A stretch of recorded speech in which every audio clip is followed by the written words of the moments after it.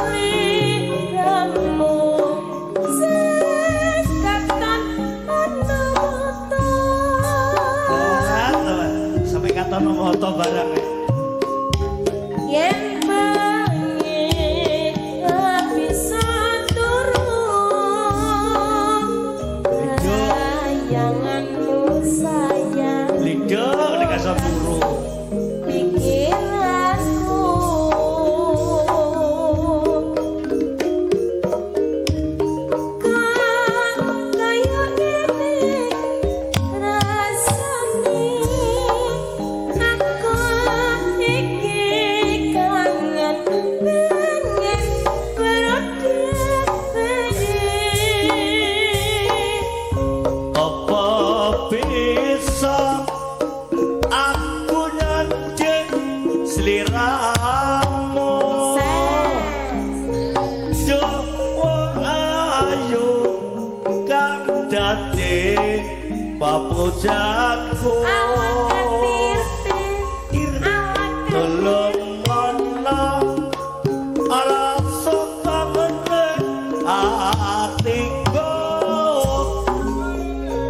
kanggo asam manis sing tak tunggu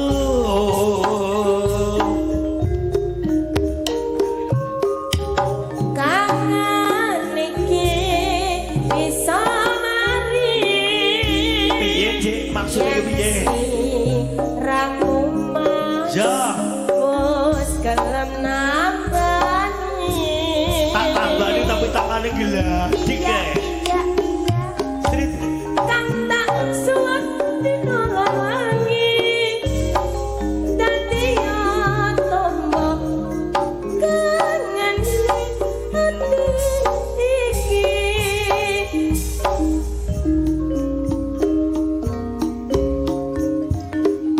nangis sajroning atiku nalika sliramu ninggal aku turi pote apa sliramu ora krasa mas rasa Dik aku kudu sambat karo sapa lah kono milih sapa no tak suwun rina langi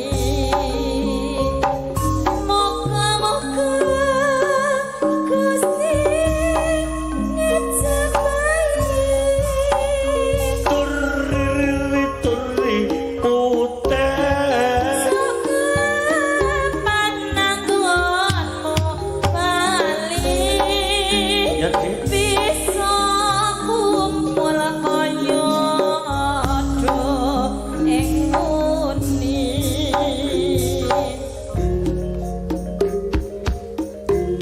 Taunono windono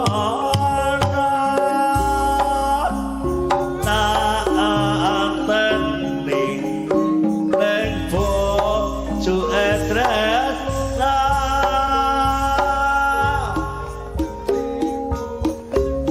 balap nanggo bebasane